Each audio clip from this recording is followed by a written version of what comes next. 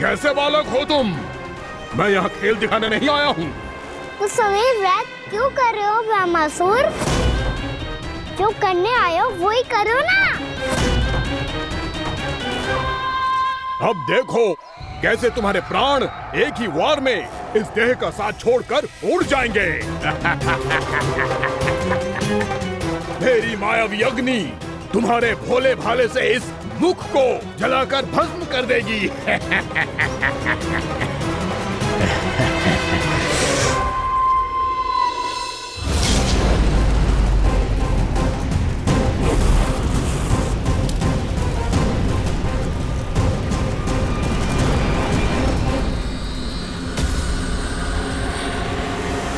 कह रही हो ब्रह्मासुर?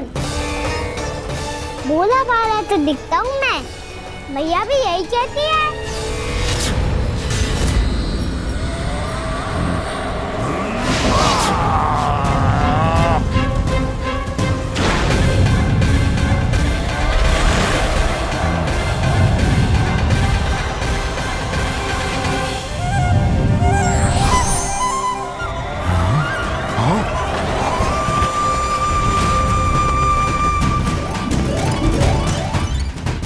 आसन को उपहार देने के लिए बहुत बहुत धन्यवाद ब्रह्मासुर।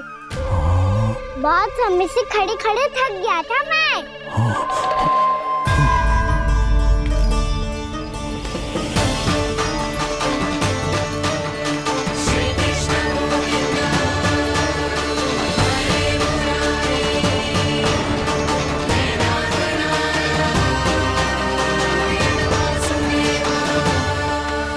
अगला अस्त्र दिखाओ ना। तुम्हारी यही जिज्ञासा आज तुम्हारा अंत करने में सहायक बनेगी मूर्ख बालक।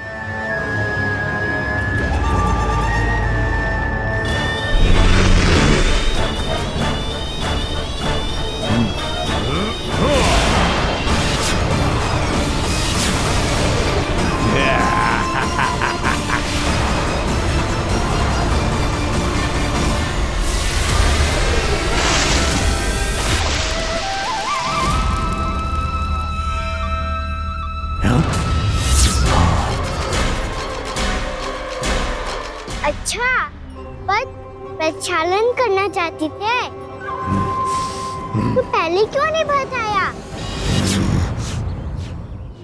मुस्कुराना बंद करो। तुम्हारी ये हंसी मुझे कांटों की तरह चुभ रही है। पर मैया तो कहती है कि मेरी मुस्कुराहट फूलों की तरह है।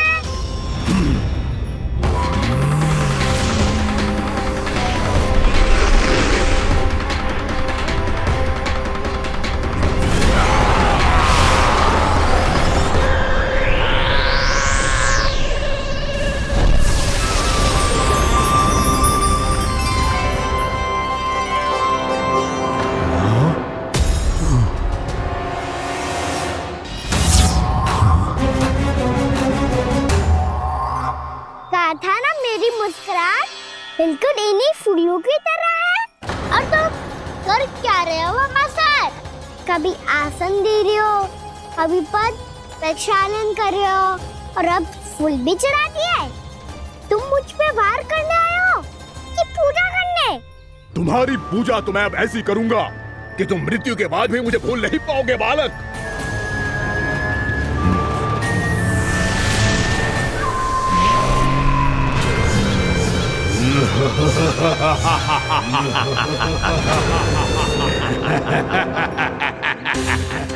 साना, ये चट्टान तो मुझसे हिल ही ना रही।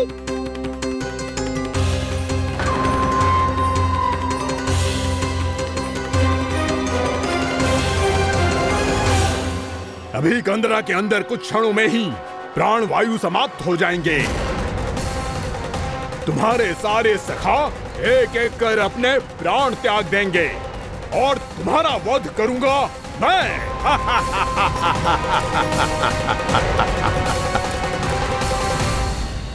अरे सब जन बच के रहना। छलिया आया हुआ है वृंदावन में। अरे छलिया आ गया है। वृंदावन में मायावी छलिया। अरे क्या हुआ? कौन छलिया? मायावी छलिया, सबको छलता है वो। हाँ, कुछ भी कर सके है वो। बहुत भयानक। अरे भानु, ठहर जरा, क्या हुआ? बहुत भयानक है वो, बच के रहना सब लोग। अरे भेष बदल ले तो है वो। हाँ। क्या होगा? छलिया है वो। अरे मेरी बात तो बताओ। रानी भाभी, रानी भाभी, कान्हा घर पर ही है ना? ऐसे भड़बड़ा क्यों रहे हो? कोई भूत देख लियो है क्या? भूत ना भाभी, छलिया से भेंट हो गई। सच्ची का मायावी छलिया है भाभी। क्या उल्टा सीधा बोले जा रहे हो? ठीक से बताओ। अब बोलो भी। वो कान्हा के पीछे पड़ो है वो।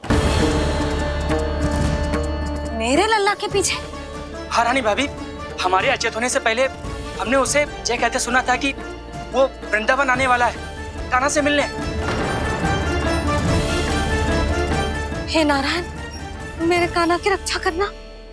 जसोदा जी, मायावी छलिए से बचना बालकों के बस की बात ना है। जीजी, बालक वन में अकेले ही हैं।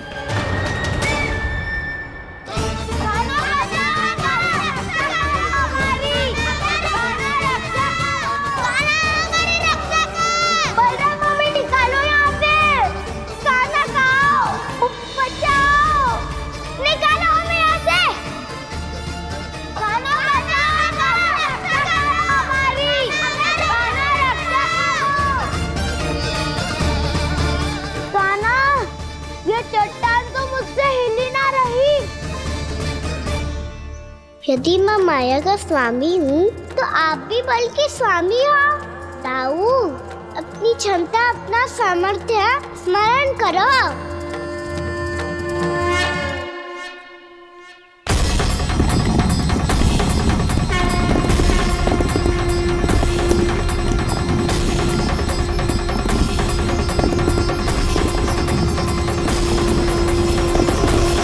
इससे पहले कि वो कंदरा का द्वार खोल के तुम्हारे सखाओं को बाहर निकाले, मैं तुम्हारे प्राण ले लूंगा कृष्ण।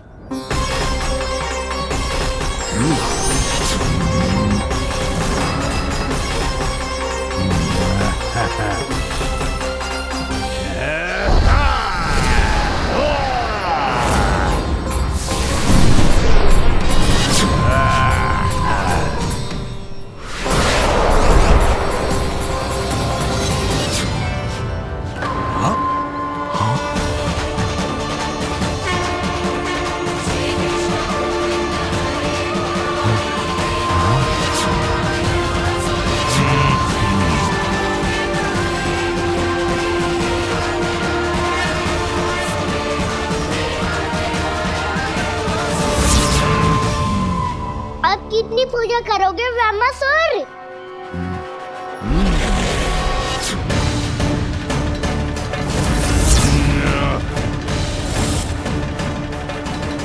प्रभु तो खेल खिला रहे हैं इससे, और ये खेले जा रहा है विवश होकर, उनकी माया से बाध्य होकर।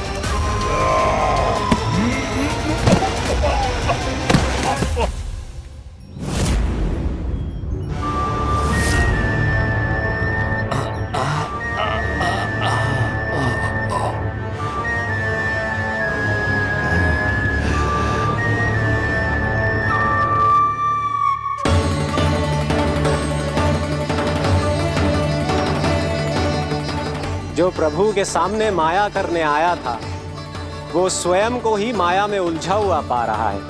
नारायण नारायण। लो, अब तो तुमने दंडवत प्रणाम भी कर लिया, माया भी, कथा भी, उपहार भी दे दी। तुम चाहते क्या हो ब्रह्मासुर? मेरी शरण में आना है क्या?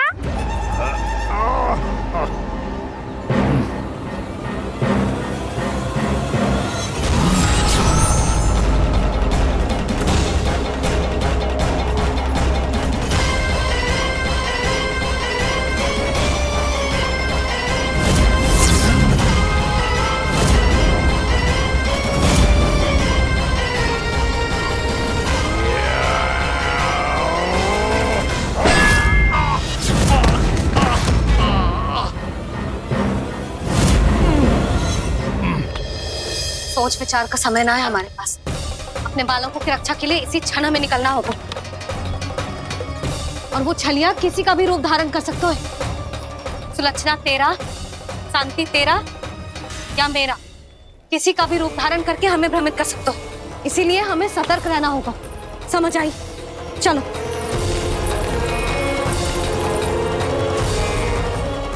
अभी भी समय है रामासुर, समय लाओ। यदि मैया आ गई तो बात गड़बड़ हो जाएगी।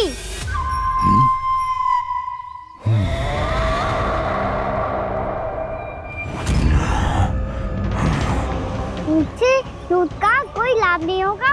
रामासुर, स्मरण करो तुम कौन हो। मायासुर का पुत्र हूँ मैं, अपने स्वामी महाराज कंस का सेवक हूँ, और तुम्हारा हूँ मैं काल।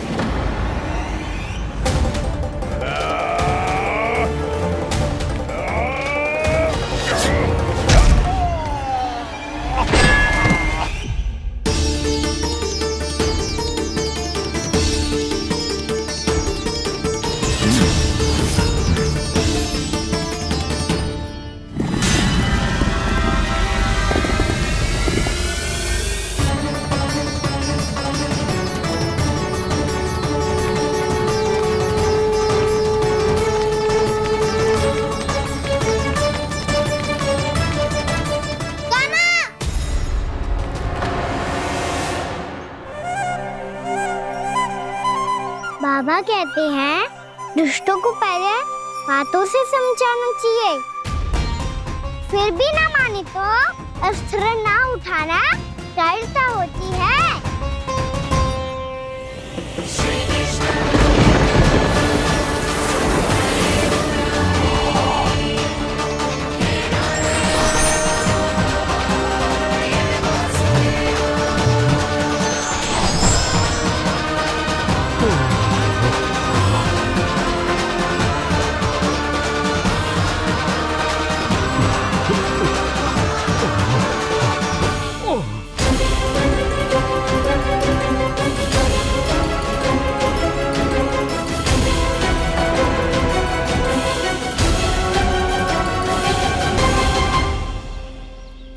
पता था मुझे, अपने बाबा के स्वरूप को हानि नहीं पहुंचाओगे। सही कही तुमने।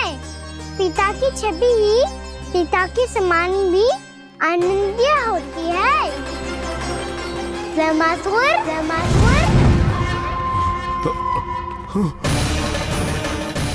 ये मैं अपने वास्तविक रूप में कैसे आ गया?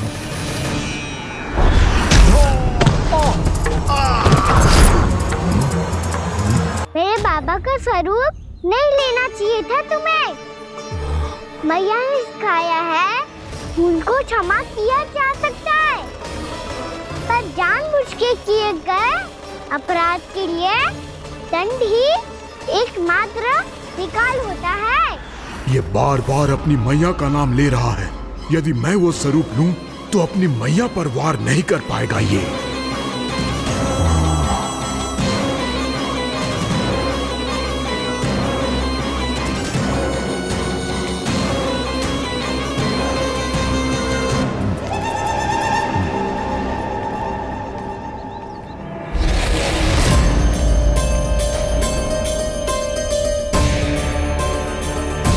लल्ला,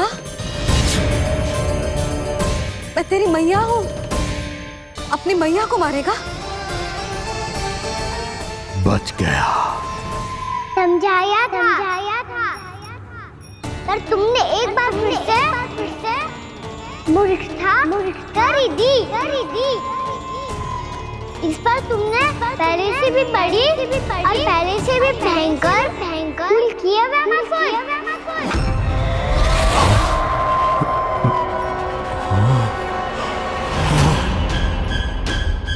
ये क्या हो रहा है मुझे? बार बार मेरा रूप क्यों बदल रहा है? ममता को समझे बिना अधिक समय तक मैया का स्वरूप हरण करके नहीं रख पाओगे रामासुर।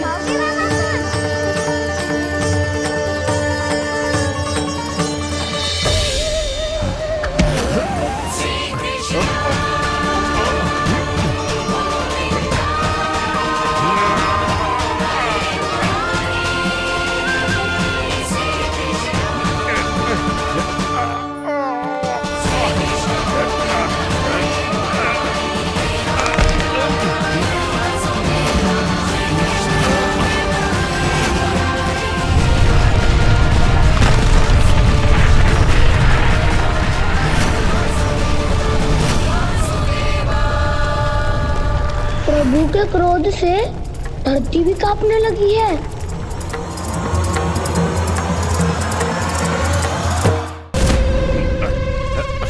पुत्र को मारने के उद्देश्य से एक माँ का रूप लिया तुमने। ये ममता का और मेरी मैया का घोर अपमान है रावणासुर।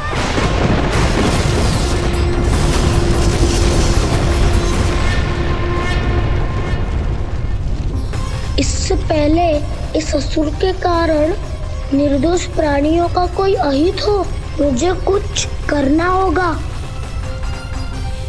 यदि मैं माया का स्वामी हूँ तो आप भी बल के स्वामी हो। दाऊ, अपनी क्षमता अपना सामर्थ्य स्मरण करो।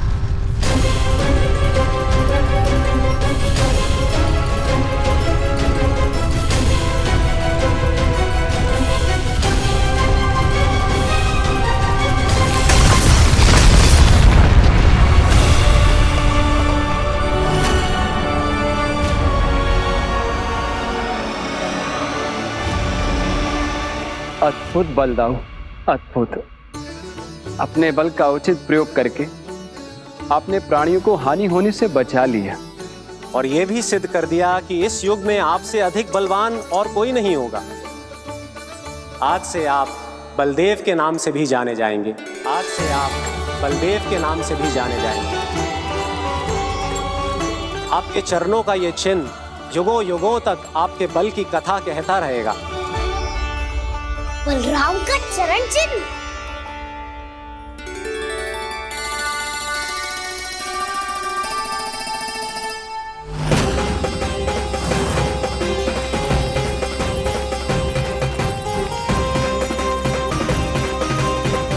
मेरी माया से आज तक कोई नहीं बच पाया है। एक बार मुझे छोड़कर देखो, फिर पता चलेगा कि मैं हूँ कौन। पहले ये तो देख लो कि मैं कौन हूँ।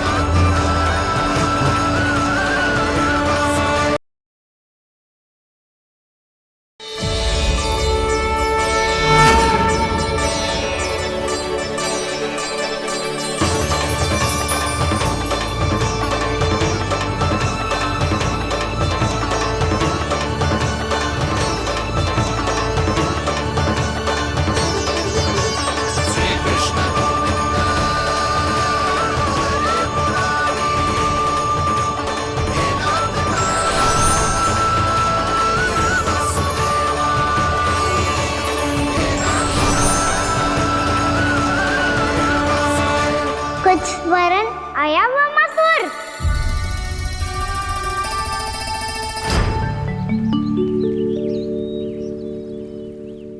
बहुत समय पहले की बात है।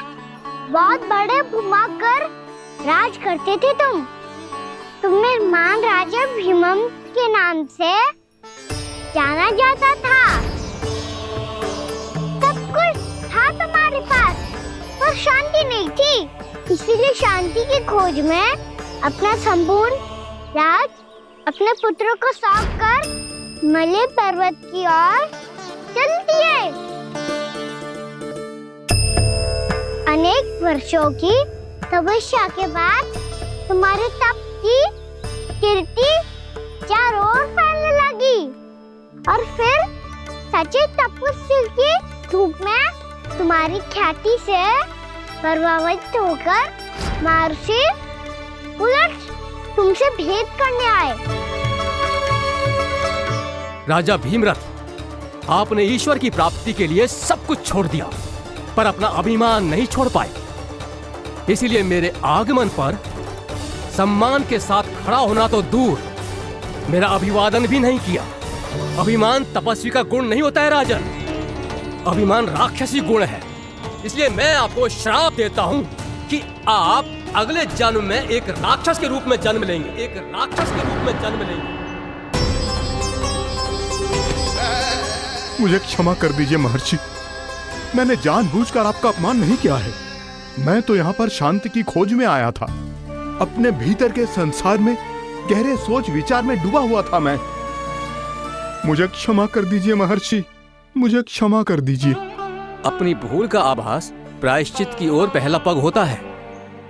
मैं अपना श्राप तो वापस नहीं ले सकता, परंतु आपको एक वचन अवश्य दे सकता हूं। जब भी प्रभु नारायण का अवतार होगा, आपको उचित समय पे वो वरदान देंगे जिसकी आप लंबे समय से प्रतीक्षा कर रहे हैं।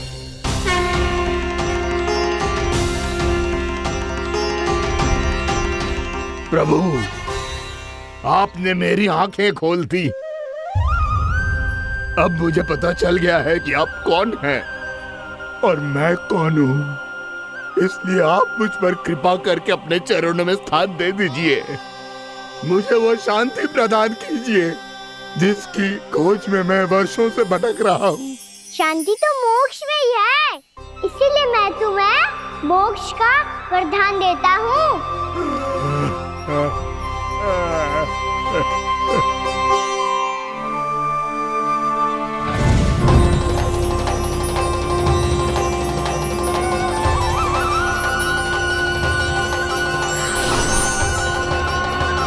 प्रभु की ये लीला सदैव स्मरण रखी जाएगी।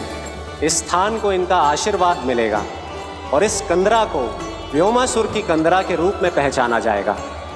भविष्य में अनेक ऋषि मुनियों की शरण स्थली बनेगी ये कंदरा। दीदी, ये कोई साधारण बालक ना है। ऐसा चमत्कार कोई साधारण बालक थोड़ी ना कर सकते है। तुम सत्य कह रहे थे बलराम। कान्हा सच्ची में भगवान ही है, तभी तो सब देवता इसे बसाने और इसकी ओर से युद्ध करने आते हैं। तुम सब ऐसे आंखें फाड़ के क्यों देख रहे हो मुझे?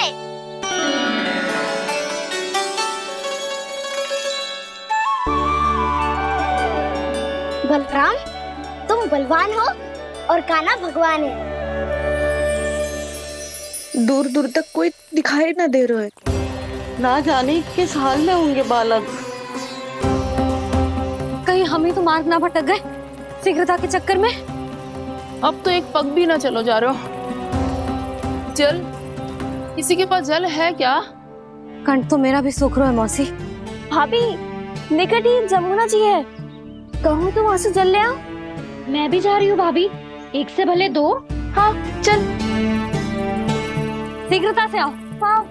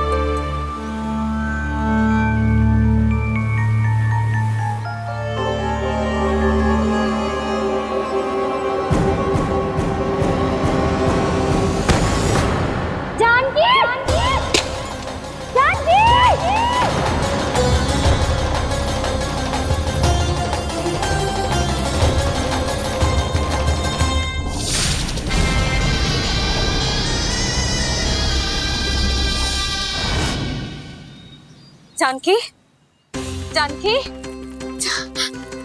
क्या होगा इसे? देखो ना जी, अब छलिया की सूचना मिलते ही हम सब बालकों को ढूंढने चली गई और ढूंढते ढूंढते सबको बहुत प्यास लगी आई जी। तो जानकी जमुना जी की नदी से जल लेने गई और उसने जमुना जी का पानी पिया और उसकी जेदशा हो गई। बालक कहाँ है? वो ठीक तो है ना? ऊपर ऊपर से सब ठीक है, पर भीतर से बहुत भयभीत है सब। जानकी तो बिल्कुल नीली पड़ गई है। लग तो है विष फैल गया है इसको पूरे तन में। मथुरा के सर्वश्रेष्ठ विदेह जी को बुलाए गए हैं उसके उपचार के लिए। जैसे ही इसने जल को मुंह से लगाया, ये गिर पड़ी चटपटाने का अवसर भी ना मिलो। हाँ वैद्य जी, और निकटी मृत पशु भी पड़े हुए थे। हाँ, मैंने भी अस्थियां देखी थी। इसका तो यही अर्थ हो सकता है कि समस्या वहाँ के जल में ही हो। वैद्य जी, आप रोगी की नाड़ी पे ध्यान दो ना। जे गोपिया क्या कह रही है उसे सुनने की आवश्यकता ना है। जब तक विष के कारण का पता नहीं चल जाता, हम उपचार कैसे कर सकते हैं रानी जी? जी, वो निकट ही यमुना जी में एक विशेष क्षेत्र है, जे सब उसी के जल की बात कर रहे हैं। तब तो ऐसा भी हो सकता है कि किसी विषैले सर्प के काटने का प्रभाव हो। पर सर्प के काटने का चिन्ह ना है उसके तन पे। सर्प जब काटता है तब उसके दांत के चिन्ह बन जाते हैं। मुझे पता है, बड़े बड़े सर्प को काटते हुए देखो है मैंने। एक दिन अब बस कर उज्जवल, ये बड़ी बड़ी हाँकने का समय ना है। पर यदि सर्प ने ना काटा है, फिर जानकी की ये दशा किसने की? अवश्य किसी राक्षस ने की होगी। नाना, कोई विषैला पशु भी तो हो सकता है। यह अवश्य किसी महाविषैले सर्प के विष से हुआ है। सर्प ने भले ना काटा हो, लेकिन यह अवश्य ही किसी महाविषैले सर्प के विष के कारण हुआ है। कालिया नाग। कालिया नाग?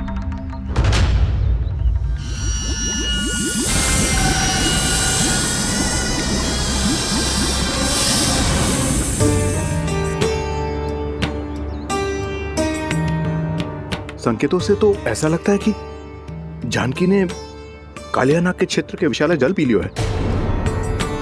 कालिया नाग एक लोक सुरती है, कल्पना में गढ़ी हुई एक कथा, और कछु ना है। हमें जाके पता लगाना पड़ेगा। पर हमें वहां जाने से मना किया है ना बड़ों ने। उज्जवल सही कह रहे हो है। इस समय जानकी के स्वार्थ से अधिक महत्वपूर्ण और कछु ना है। जानकी हमारे लिए ही जलाने गई थी जी। ना मैं उसे जाने देती ना जैसा वो तो। वैद्य जी, आप शीघ्र कछु करो, कैसे भी कछु भी करो, पर इसके प्राण बचा लो। यशोदा, धैर्य रखो, श्री नारायण पर विश्वास रखो, वो सब ठीक कर देंगे।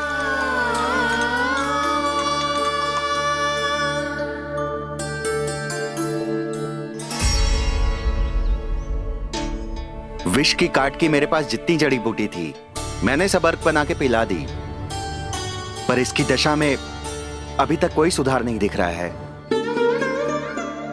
यह अंतिम जड़ी बूटी है। अगर इससे भी चमत्कार नहीं हुआ, तो फिर जो नारायण की इच्छा।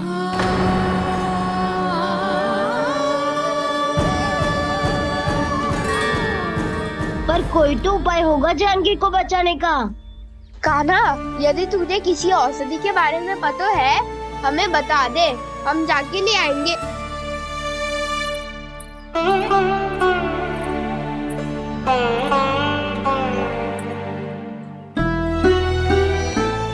हे नारायण, हे प्रभु, मेरी जानकी के प्राण बचा ले प्रभु। या तो मैं अपने आप को कभी क्षमा न कर पाऊंगी। ये सारी मेरे ही कारण बनाई थी। उसकी रक्षा करो प्रभु, मेरी पुकार सुनो। कान्हा, तूने हमें वत्तासुर से बचाया था ना? और वकासुर से भी तो, और छलिया से भी तो तूने ही बचाया था ना हमें। क्या ऐसा कोई उपाय ना है जानकी को बचाने का? धन्वंतरी,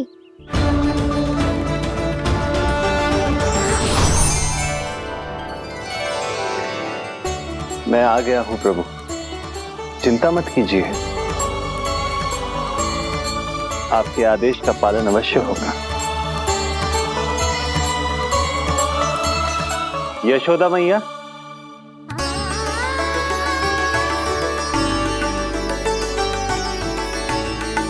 मैया, आपको कोई पुकार रहा है।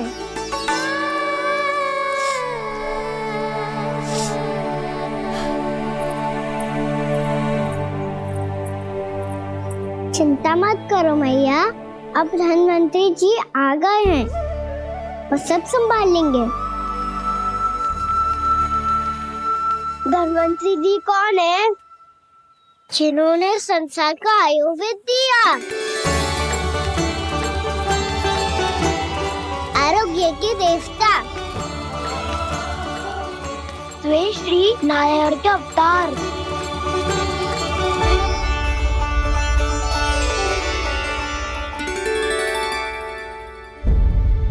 मुझे पता चला है कि आपको वेद की आवश्यकता है। हाँ हाँ, भीतर आइए। आइए आइए बैठे जी। जी रहे। मथुरा का सर्वश्रेष्ठ वैद्य अर्थात मैं यहाँ आ चुका हूँ और रोगी को जितनी औषधि की आवश्यकता थी सब दे चुका हूँ। निश्चित रूप से आपने विष की काट के लिए बहुत ही उत्तम अर्क तैयार किया है। इसीलिए किसी और वैद्य की आवश्यकता नहीं है। किंतु आप अकेले कितना कुछ करेंगे वैद्यराज? मुझे अपना सहायक ही बना लीजिए। पर जो करना था मैं पहले ही कर चुका हूँ। हाँ, वो तो आप कर चुके हैं। बस रोगी के तन से विष निकालना शेष है ना वैद्यराज? हाँ हाँ, बस वही शेष है। इनके रक्त को विष रहित करने में मैं आपकी सहायता करूंगा। पहले ये संजीवनी मानी जाने वाली इन लाल फूलों की बूटी को भी घिसना है ना?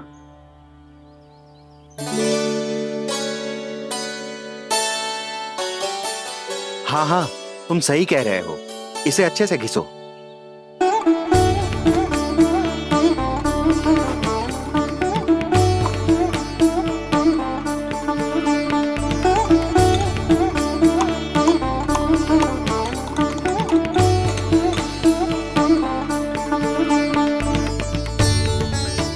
और ये नीले फूलों को भी तो मिलाना है ना?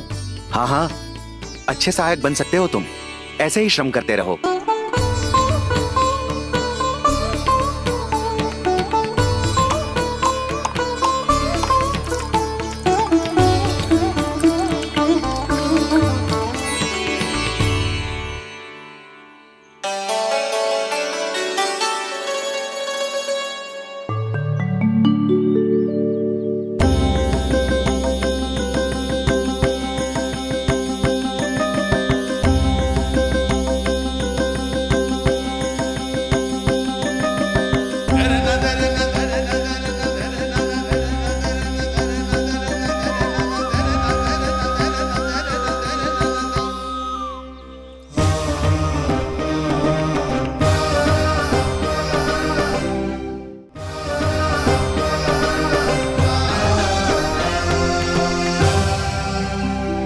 जानकी स्वस्थ हो जाएगी ना धन्वंतरी जी? धन्वंतरी? प्रभु, अब मैं क्या करूं? आपने तो स्वयं ही मेरी पहचान उजागर कर दी। जी क्या करो कान्हा? आप सब ऐसे क्यों देख रहे हो? मैया कहती है ना, सभी वैद्य धन्वंतरी जी का ही रूप होते हैं। वाह कृष्णा, चतुर तो हो तुम। वैसे वास्तविक धन्वंतरी मैं हूँ। मेरा अर्थ है वास्तविक वैद्य मैं हूँ। ये तो मेरा सहायक है। मुझे पूरा विश्वास है बिल्कुल ठीक हो जाएगी। वैसे ही थोड़े ना मुझे मथुरा का सर्वश्रेष्ठ वैद्य कहते हैं लोग।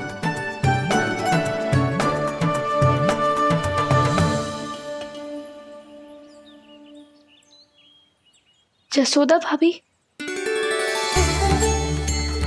जसोदा जी, जानकी को चेतना आ गई। जानकी, जानकी, जानकी, तू ठीक है ना? क्षमा करना भाभी, मैं आपके लिए जल ना ला पाई। बस बहुत भूख लगी है। मैं अभी कछु लाती हूँ। जानकी, माखन खाओगी?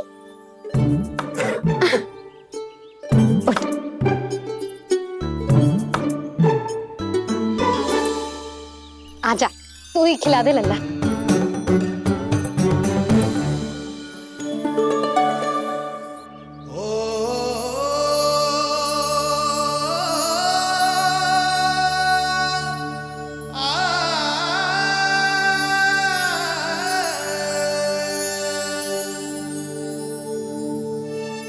तुम सब मेरे लल्ला को माखन चोर कहती हो ना, आज देखो अपना ही माखन जानकी को खिला रहे है।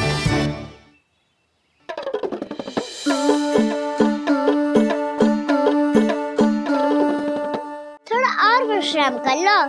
सदैव तुम हम सबकी सेवा करती हो, आज मैं तुम्हारी सेवा करूंगा। जानकी की जिज्ञासा तब हुई जब जय यशोदा काकी की सेवा कर रही थी, और अब देखो स्वयं भगवान ही इसकी सेवा कर रहे हैं। जानते हो इससे क्या सिद्ध होता है? जो भी यशोदा मैया की पूजा करेगा, अर्थात अपने माता पिता की सेवा करेगा, उनके साथ सम्मान से व्यवहार करेगा, ईश्वर स्वयं उसका ध्यान रखेंगे। कभी धन्वंतरी के रूप में तो कभी स्वयं कान्हा के रूप में। भक्त और भगवान का देखो कैसा ये अनुराग, स्वयं करे सेवा प्रभु, अद्भुत गोपी का भाग्य। प्रभु इन सब पृथ्वीवासियों से कितना घुल मिल गए हैं। ना तो ये प्रभु को भगवान मानते हैं और ना ही प्रभु अपने आप को इनसे सर्वश्रेष्ठ समझते हैं। अपने आचरण से ये सिद्ध कर रहे हैं कि ये सभी में हैं और सभी इनका ही अंश है।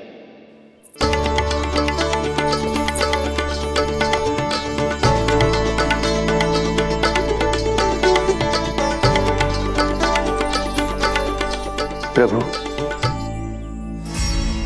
अब मुझे जाने की आज्ञा दीजिए।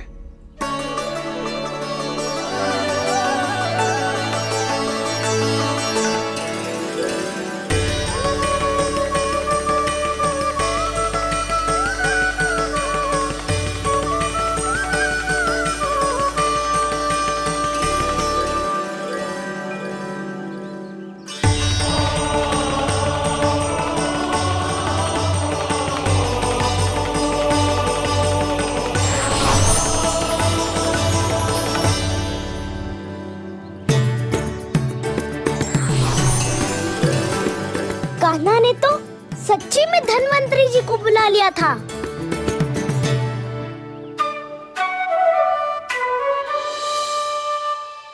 जब से कान्हा का जन्म हुआ है ना, मैं तब से देख रही हूँ, तब से हम पे कोई भी संकट आती है ना, तो अचानक से कोई अपरिचित हमारी सहायता करने आ जाता है, और जाते समय कान्हा की आज्ञा लेके जाते है, और कभी कभी तो इसे प्रभु बोल के जाते है। बाबा संभालो।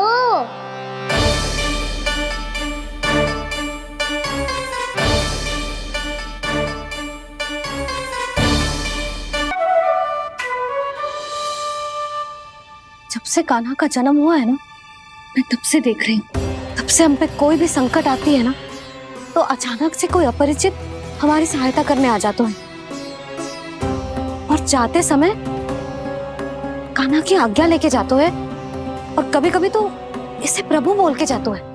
बाबा संभालो। यशोदा, इस जानकी को चढ़ो है और विचित्र विचार तुम्हारे मन में है। अरे सब जानते हैं कि हमारा परिवार राजसी, तुम्हें पता ना चलता हो वो, पर हमारे कान्हा को सब राजकुमार ही समझते हैं देखकर। इसीलिए उसे सम्मान देने के लिए सब ऐसा ही करते हैं, और कोई बात ना है।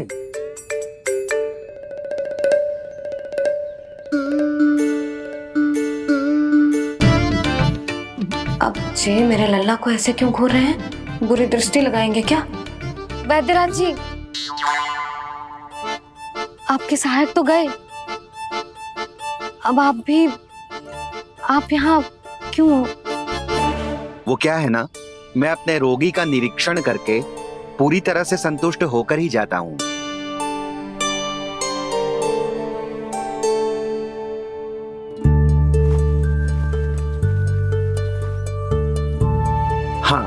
संकेत तो अच्छे हैं, कल सुबह तक बिल्कुल ठीक हो जाएगी। धन्यवाद वैद्य जी।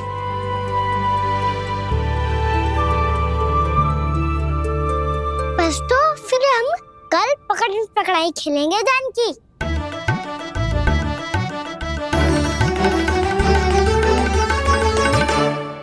भानु, बंसी, जाकर उस क्षेत्र के चारों ओर बाढ़ बनवा दो और वहां सूचना पट्ट भी लगा देना, ताकि जानकी के साथ जो हुआ है वो किसी और के साथ ना हो। शीघ्र जाओ। जी ठीक है।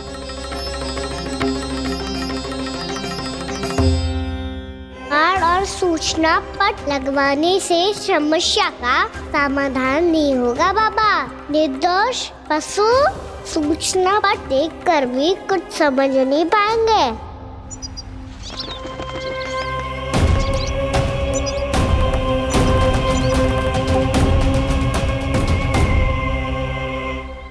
तो तुम्हारे कहने का अर्थ यह है कि व्योमासुर मारा जा चुका है और वो बालक अब भी जीवित है। हाँ महाराज, मैंने गोप बालकों को कहते सुना था कि कृष्ण ने छलिया को मोक्ष दे दिया है, पर वृंदावन सुरक्षित नहीं है महाराज। वो एक बहुत बड़ी समस्या से जूझ रहे हैं। कैसी समस्या? गांव के निकट क्षेत्र में किसी विषैले सर्प का निवास है। उसके विष का प्रभाव इतना भयानक है महाराज, जैसे विष ना हो, स्वयं हलाहल हो। मेरी कोई भी औषधि रोगी का उपचार नहीं कर पा रही थी। निकट के क्षेत्र में कहां है वो सर्प?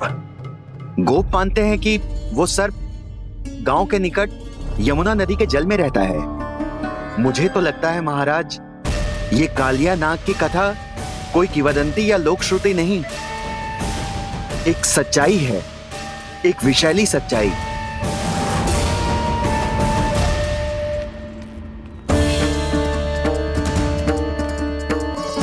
कालिया का सामना करने का समय आ गया है, पर उससे पहले मुझे बुलाना होगा उन्हें।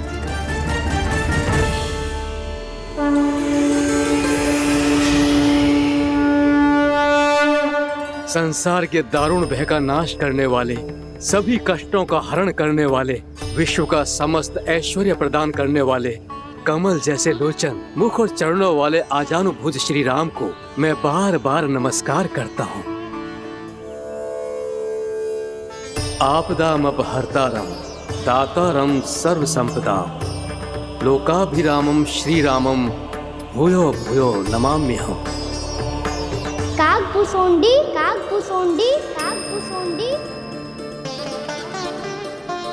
प्रभु क्षमा करें, मुझे जाना होगा।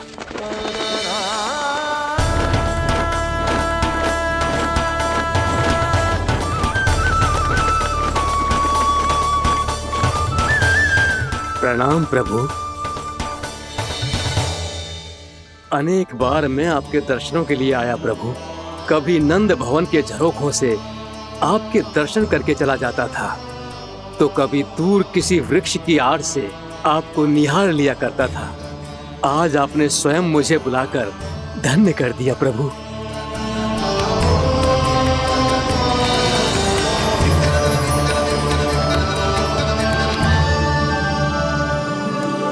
मैंने आपको यहाँ एक विशेष कारण से बुलाया है। आपके श्राप से इस कालिया नाग को मुक्त करने का समय आ गया है। ये तो बहुत ही उत्तम समाचार है प्रभु। इतने वर्ष बीत गए, मुझे आज भी स्मरण है वो दिन जब मैंने उन्हें श्राप दिया था। अपने क्रोध पर नियंत्रण खोकर बहुत बड़ी भूल कर दी थी मैंने प्रभु। बीती हुई घटनाओं पर दुखी होके कोई लाभ नहीं है। हमें भविष्य की ओर देखना होगा।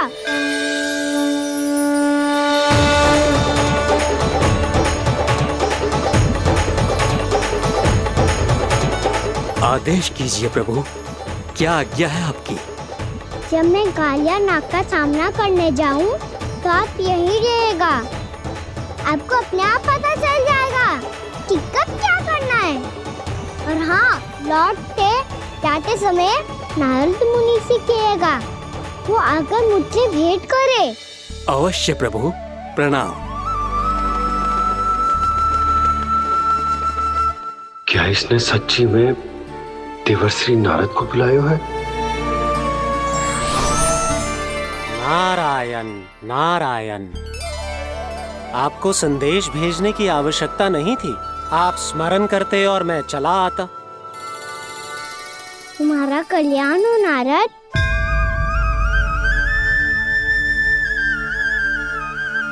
मैंने तुम्हें एक विशेष कार्य के लिए बुलाया है। आज्ञा दीजिए प्रभु। तुम्हें एक बार फिर कंस से भेंट करनी होगी। विचार कीजिए महाराज, क्या आप बिना किसी शंका के कह सकते हैं कि कौन सी पंखुड़ी पहली है और कौन सी 8वीं? उस दुष्ट से भेंट करना स्वयं कीचड़ में उतरने के समान है प्रभु। कमल पुष्प प्राप्त करना हो तो कीचड़ में उतरना पड़ता है नारद। आपका आदेश तो मैं स्वप्न में भी नहीं टाल सकता प्रभु। कंस कालियानाग के बारे में जान गया है, पर वो उसका सामना करने का साहस नहीं कर पाएगा। मैं आतुर हूँ प्राप्ति, मूर्ख नहीं। मेरी बुद्धि फिर नहीं गई है। मैं स्वयं उस कालिया जैसे महाविषैले सर्प के सामने खड़ा हो जाऊं और अपने ही काल को आमंत्रित कर लूं। तो फिर अपने लाभ के लिए उसका प्रयोग करने का कोई और उपाय सोचिए स्वामी। कुछ ऐसा कीजिए कि यमुना नदी का पूरा जल विषैला हो जाए और वृंदावन वासी उसका उपयोग करे और आपका काल कहलाने वाला वो बालक स्वयं काल के गाल में चला जाए। उत्तम उत्तम सुझाव है प्राप्ति। अब मुझे उस कालिया तक पहुंचने का मार्ग ढूंढना होगा। उसको विवश करने का कोई उपाय ढूंढना होगा, क्योंकि व्यक्तिगत रूप से उससे भेंट करना असंभव है। असंभव। आप सही कह रहे हैं प्रभु। कंस में उतना सामर्थ्य नहीं कि वो कालिया नाग का सामना स्वयं कर सके। वैसे तो कालिया गरुड़ देव का भी सम्मान नहीं करता, तो फिर वो कंस का सम्मान क्यों करेगा भला? नहीं करेगा, पर कंस तुम्हारा सम्मान अवश्य करेगा नारद। तुम्हारी बातें भी सुनेगा और मानेगा भी।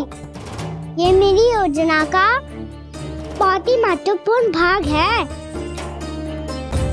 तुम कंस के पास जाओ और कहो कि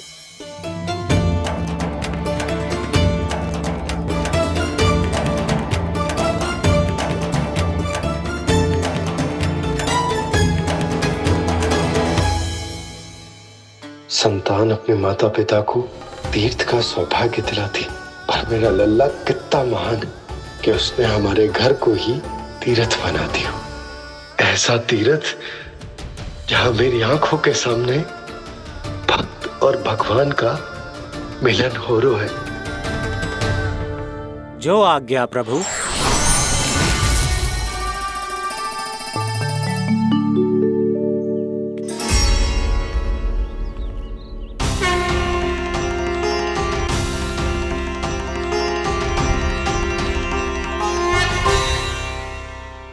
बाबा। कान्हा, ये सब क्या चल रहा है? पहले काक भुसुंडी जी और फिर जे नारद जी। क्या योजना बना रहे हो तुम?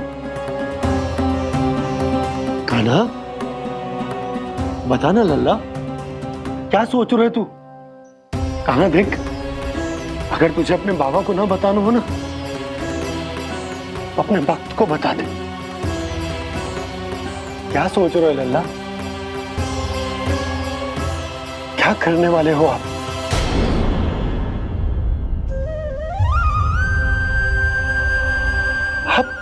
आप इतने दुखी क्यों हो? कान्हा, कान्हा, क्या होगा? क्योंकि मुझे आभास हो गया है बाबा, समय आने वाला है। कौन सा समय आने वाला है लल्ला? शीघ्र सब कुछ बदलने वाला है। भैया को मेरा सत्य पता चल जाएगा बाबा।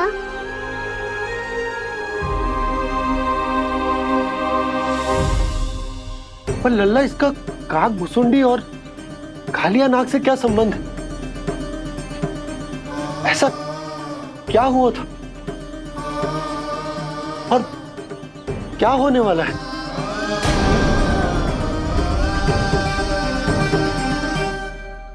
जो होने वाला है बाबा, उसका संबंध उससे है जो सैकड़ों वर्ष पहले हुआ था। महर्षि भृगु के एक वंशज थे वेद शिरोमणि, जो विंध्याचल की पहाड़ियों में साधना कर रहे थे।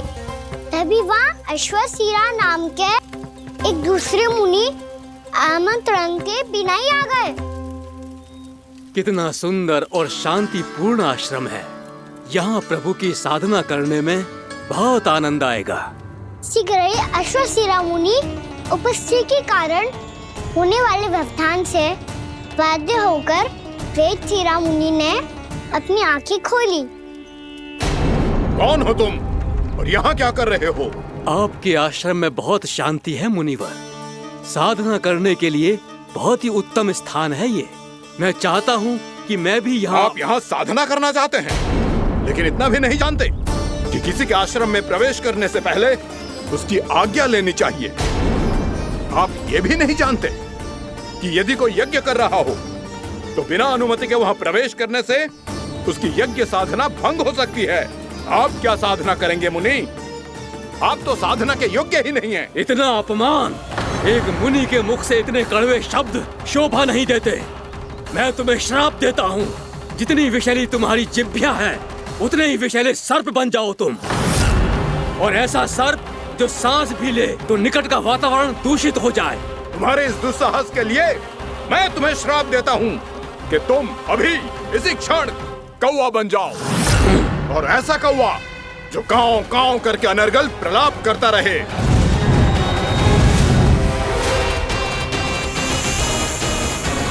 ये मैंने क्या किया? ये मैंने क्या किया?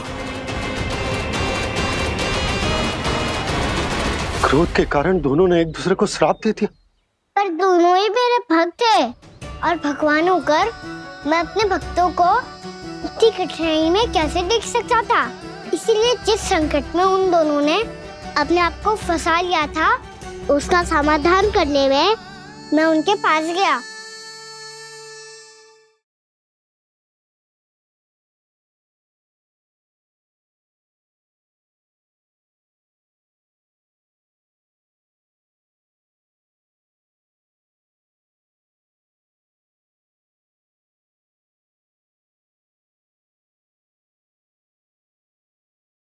तंग करे मैया को खिंचाए, खेले रूठे मनाए।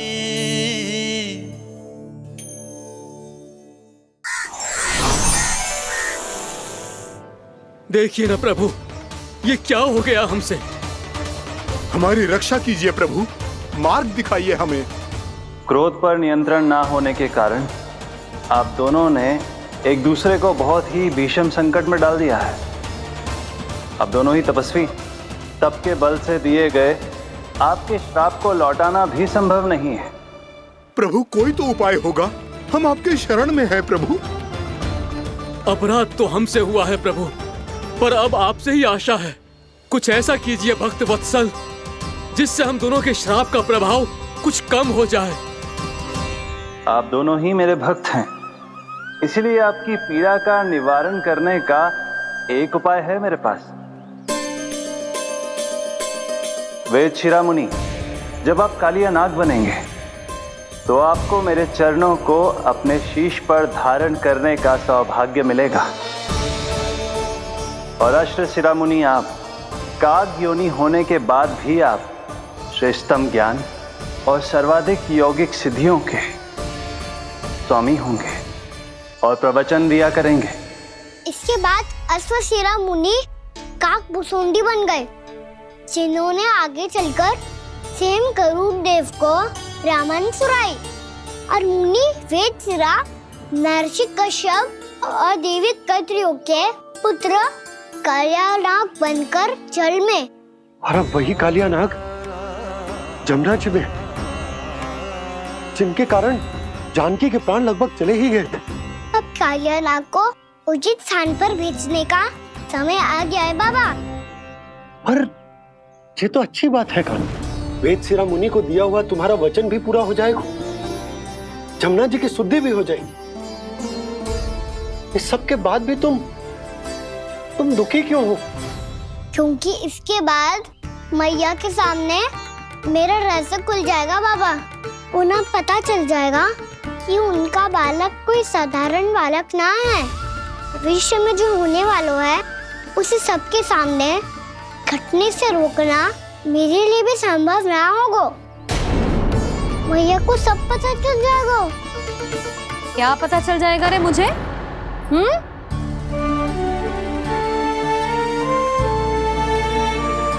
यही कि सबसे अधिक प्रेम मैं आपसे ही करता हूँ।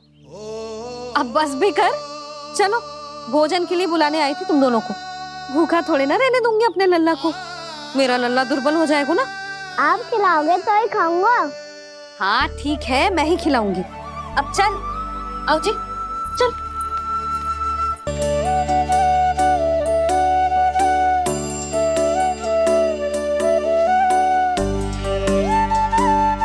मैया खेलो ना मेरे साथ।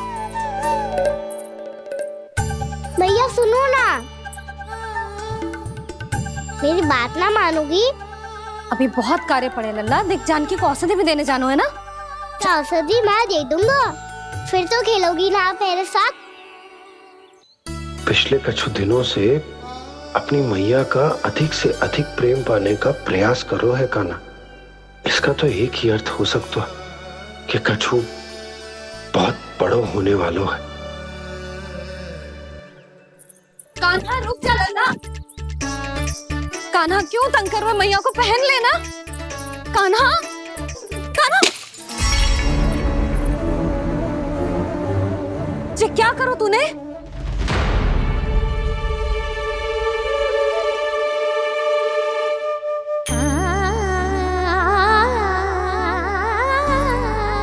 अच्छा ठीक है, अब मुंह लटकाने की आवश्यकता ना है। ये ले।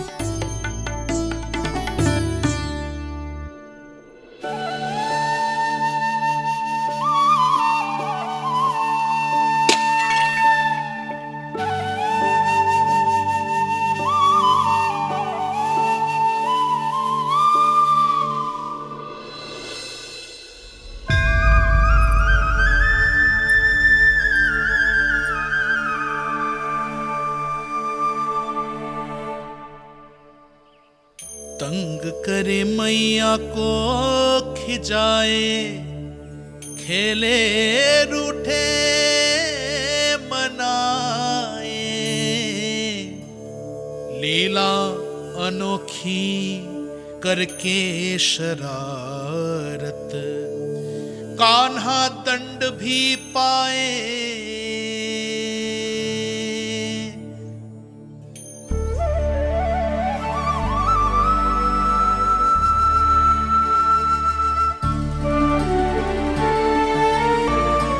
रूठना मनाना, खेलना खिलाना, पहले शरारत करके क्रोध दिलाना और फिर क्षमा मांग लेना, ये सब जानबूझकर कर रहे है कान्हा। जैसे जीवन भर के लिए अपनी मैया की ममता को अपने हृदय में समेट कर रखना चाहते हो।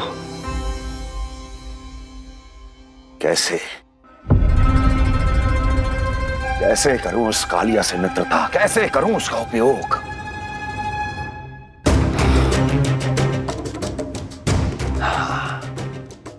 उस पर आक्रमण कर देता हूं और उसे किसी ना किसी तरह से यह विश्वास दिला देता हूं कि यह आक्रमण उस विष्णु अवतार ने किया है। फिर वो क्रोध में आकर सारे वृंदावन वासियों को अपने विष से समाप्त कर देगा। उचित है, ये उचित है। नारायण हरि, नारायण हरि।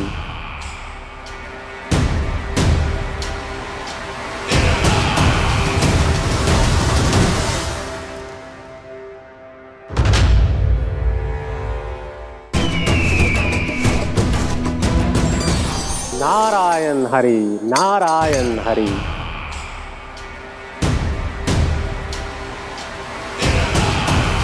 प्रणाम देवर्षि। किस योजना में कितना लाभ है और कितनी हानि, यह आंकलन करते करते थक गए होंगे मथुरा नरेश। देवर्षि, आज मेरा ध्यान कैसे आ गया आपको? आप तो सदैव ही मेरे ध्यान में रहते हैं महाराज कंस।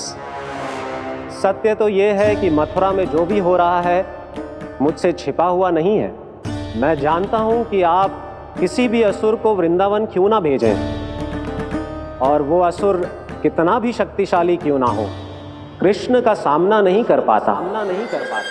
या तो पराजय स्वीकार करके आपके पास लौट आता है, या तो फिर वीर गति को प्राप्त हो जाता है।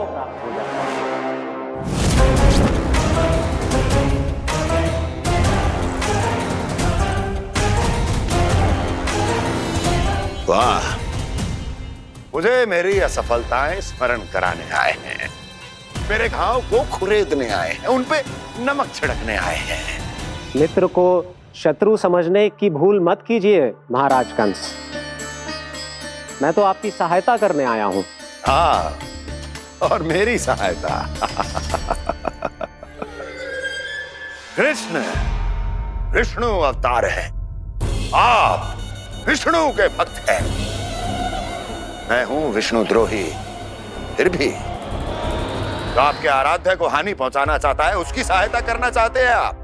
क्या आप निश्चित रूप से कह सकते हैं कि आप ब्रह्मांड के सभी नियमों को अच्छी तरह समझते हैं? अवश्य।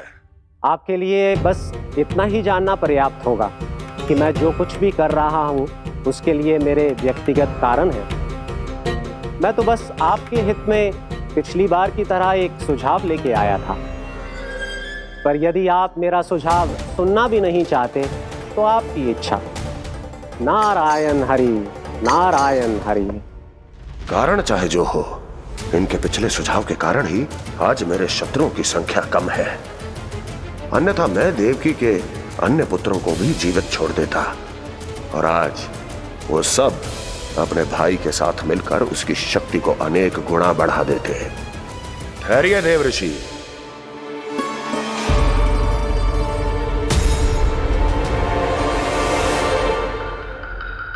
बताइए क्या सुझाव है आपके पास? मेरे सुझाव का नाम है कालिया नाग।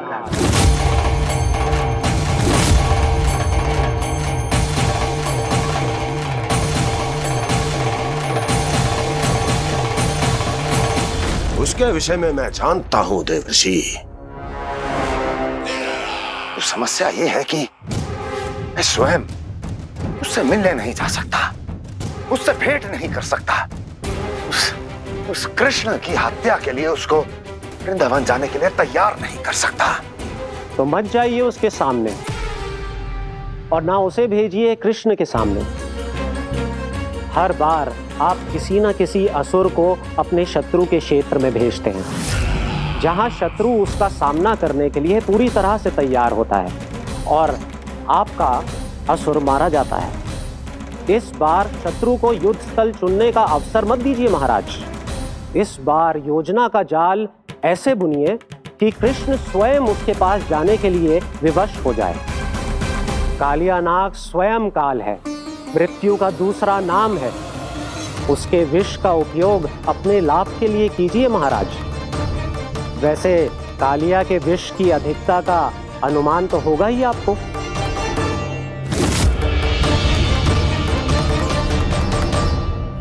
एक बार जो उसके क्षेत्र में पहुंच गया, फिर उसके विष से बचना असंभव है। उचित सुझाव है देवर्षि, उचित सुझाव है। देवर्षि, उस छलिया विष्णु की भक्ति करते करते आप भी उसके रंग ढंग सीख गए हैं। उचित है, उचित है।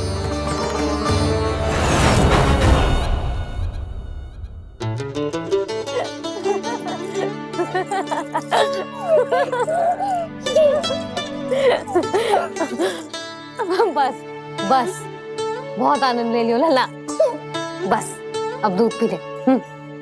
ठहर ठहर, गर्म है। जी ले ले।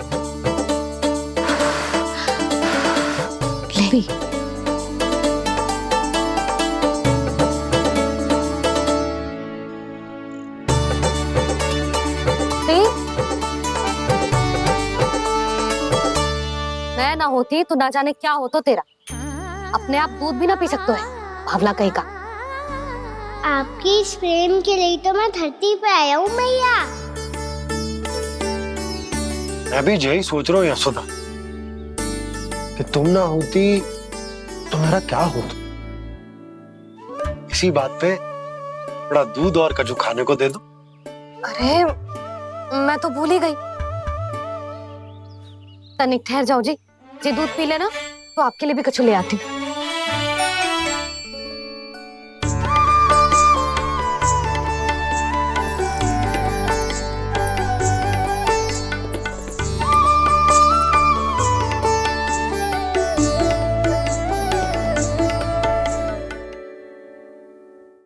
प्रणाम महाराज। आपकी आज्ञा के अनुसार बिल्कुल वैसा ही पत्र तैयार किया है जैसा आप चाहते थे।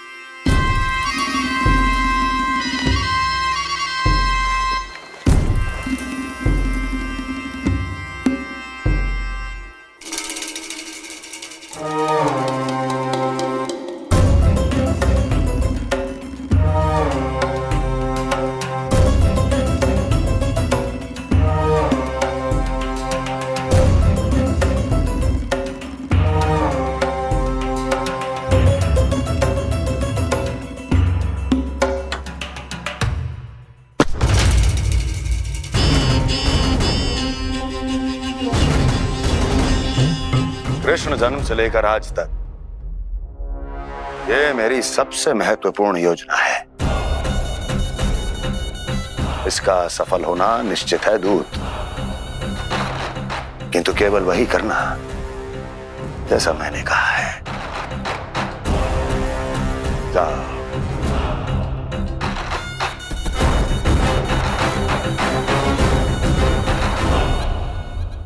कान्हा,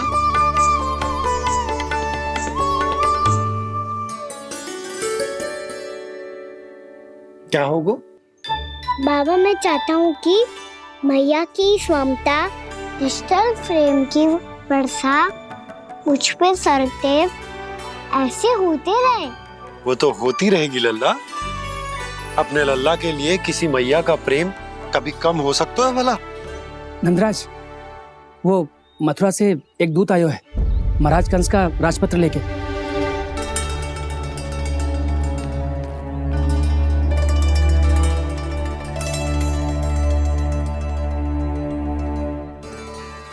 कान्हा अब क्या करने वाला है? तेरे बाबा कहाँ गए? हाँ? कंस मामा का खेल आराम हो गया है, पर मैया वो सब सुनेगी तो व्यर्थ चिंतित हो जाएगी। बस थोड़ा बाहर गया मैया, कछु खा लिया से। बाहर इस समय? मैया क्या होगा? मैया देखो ना, पीठ पे कछु हो रहा है। मेरा हाथ ना पकड़ो, आप करो ना। यहाँ? क्षमा करना मैया, पर अभी बाबा को ही संभालने दो ये सब। कहिए, क्या संदेश लाए हैं आप? नहीं नंदराज, नहीं। महाराज कंस का आदेश है कि ये संदेश सभी गांव वालों के साथ ही पढ़ा जाए। ठीक है, मैं गांव वालों के सामने पढ़ दूंगा, पर मुझे तो दीजिए पढ़ने के लिए। महाराज की आज्ञा का पालन करना आपके लिए भी आवश्यक है नंदराज। सभी गांव वासियों की सभा बुलाइए। बंसी, सभी गांव वालों की सभा बुलाओ। राजपत्र में ऐसा क्या संदेश भेजो है कंस ने? अब मेरे पत्र को पढ़कर सब भौचक के रह जाएंगे। और वो कृष्ण, उस कृष्ण के पांव के नीचे से तो भूमि खिसक जाएगी, आकाश फट पड़ेगा, बिजलियां गिर जाएंगी। प्राप्ति, ओ प्राप्ति, कंस का पत्र। स्वयं को बहुत अधिक शक्तिशाली समझता है ना वो। अब देखता हूं कैसे वो इस महासंकट का सामना करता है। वो कृष्ण, वो अपनी मृत्यु स्वयं चुनेगा या मृत्यु की वेदी पर चढ़ा देगा।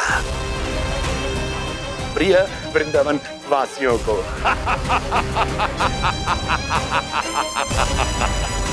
अब आएगा आनंद प्राप्ति, अब आएगा आनंद।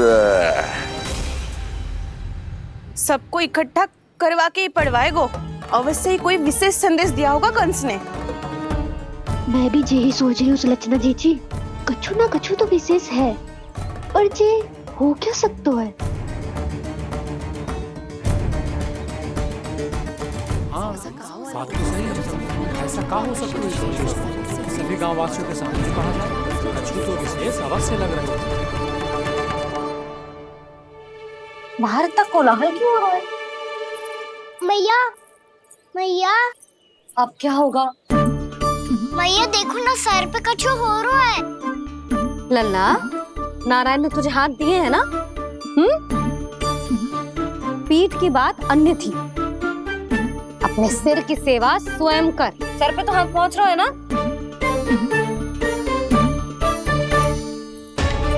मैया सुनो ना, मैया देखो ना, तीव्र कर कछु हो रहा है। मैया देखो ना, तीव्र कछु हो रहा है।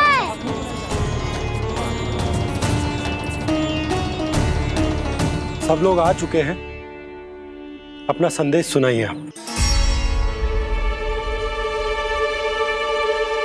गोपराज नंद और सभी वृंदावन वासियों को सूचित किया जाता है कि मथुरा अधिपति और आप सभी के महाराज कंस ने कल सुबह भव्य पूजा का आयोजन किया है। इसके लिए राज्य को वृंदावन के क्षेत्र के निकट यमुना नदी के मध्य में खिलने वाले 1 कोटि कमल के पुष्पों की आवश्यकता है। इसीलिए आप सभी को यह आदेश दिया जाता है कि ये सभी कमल के पुष्प प्रथम पहर से पहले राजसभा में पहुंचा दिए जाए। तो सारे वो भी प्रथम पहर से पहले कैसे हो सकते हैं? यदि आप ऐसा करने में असफल रहे तो इसे राज आज्ञा का उल्लंघन माना जाएगा और राजद्रोह के आरोप में आप सभी को कड़े से कड़ा दंड दिया जाएगा। स्मरण रहे, यदि कल की पूजा में इन 1 कोटि कमल के पुष्पों का ना पहुंचने के कारण कोई व्यवधान आया तो समस्त वृंदावन वासियों को दोषी माना जाएगा और पूरे गांव को निवासियों सहित धूल में मिला दिया जाएगा। कल प्रथम पहर तक का ही समय है आप सबके पास।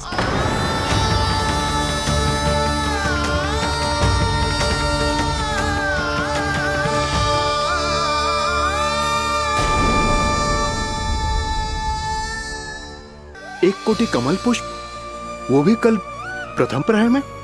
ऐसे कैसे संभव है? और कोई साधारण पुष्प ना, यमुना नदी के मध्य खिलने वाले विशेष कमल के फूल चाहिए उन्हें।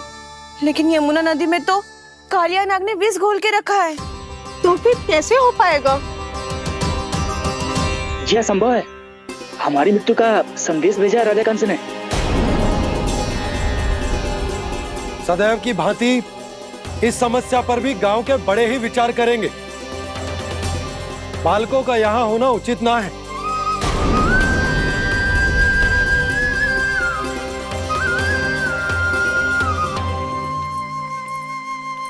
लल्ला, ले जे गेंद ले, जा अपने सखाओं के साथ खेल। सुबह उज्जवल, मधुमंगल वसंता, देखो मैया ने क्या दिया है। चलो खेलें, बहुत आनंद आएगा आज।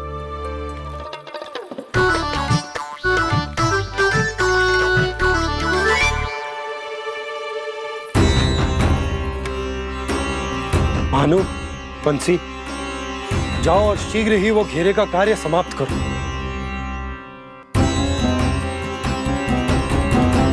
पर कछु ना कछु तो करना पड़ेगा ना। पर हम कर ही क्या सकते हैं? पुष्प लाने को और कोई उपाय है भी तो ना। मैं चला जाऊंगा जमुना जी में। वैसे भी मेरे जीवन के कितने दिन शेष बचे हैं। गांव के लिए, समाज के लिए कुछ करके मरूं, तभी तो शांति मिलेगी। ना काका, यदि आप उस विषैले जल में छलांग लगा भी दोगे, किंतु 1 कोटि कमल पुष्प एकत्रित कर पाना आपके लिए संभव ना है।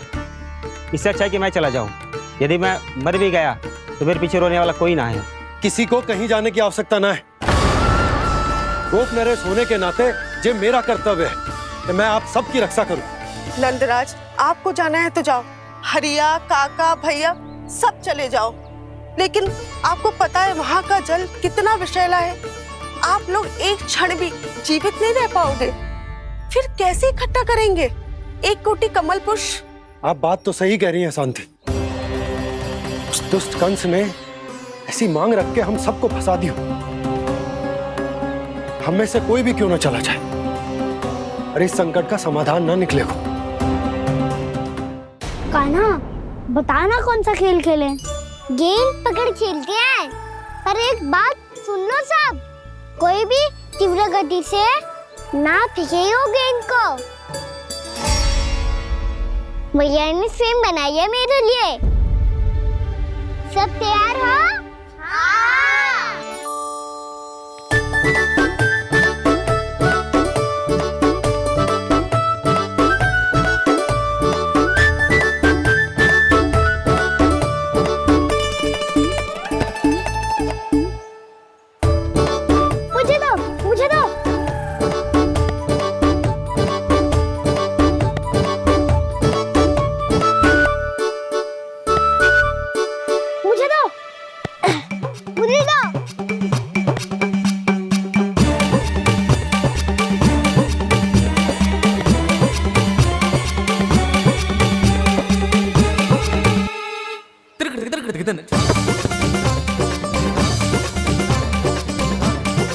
कान्हा, इतनी धीरे से फेंकेगो तो कैसे आनंद आएगो?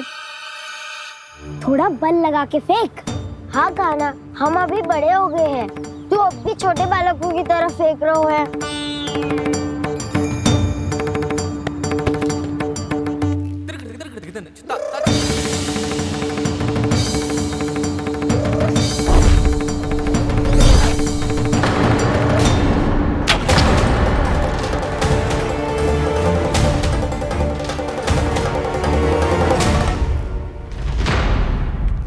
दीदी जी क्या करो कान्हा, गेंद तो डूब गई।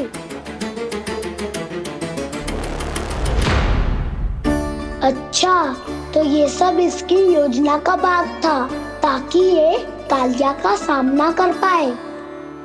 तुम सबने तो कही थी तीव्र गति से फेंको, देखो फिकवा दी ना मेरी गेम मुझसे नदी में।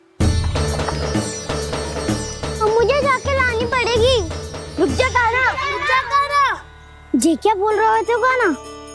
इसमें तो बहुत संकट है। कोई भी संकट मेरी मैया का उपहार खोने से बड़ा ना है।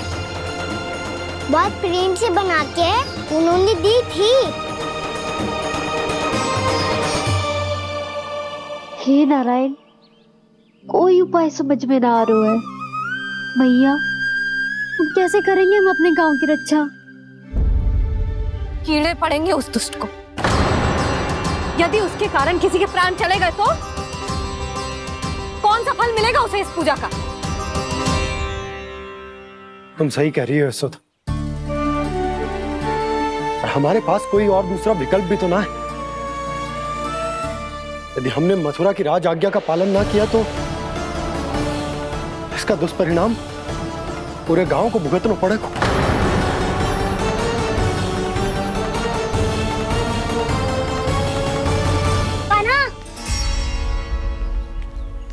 हमें पता है कि तू भगवान है, दिव्य है, बहुत शक्ति है तुझ में, पर फिर भी हम तुझे विषैले जल में ना जाने दे सकते। कुछ होगा तो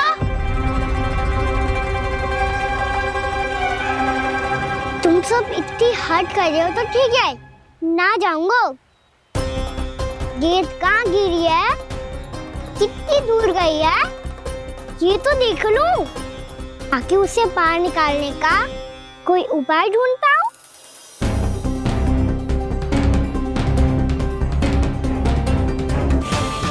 हाँ।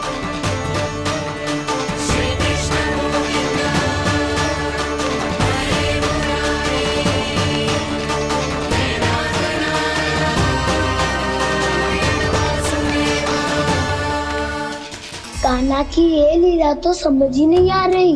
पहले इसने देवश्री नारद को मथुरा जाकर कंस को भड़काने के लिए कहा, फिर स्वयं ही दुखी भी हो गया कि अब इसका रहस्य सबके सामने खुल जाएगा। और अभी स्वयं ही तो इसने कहा था कि गेट बहुत महत्वपूर्ण है, फिर स्वयं ही उसे नदी के विषैले जल में फेंक दिया।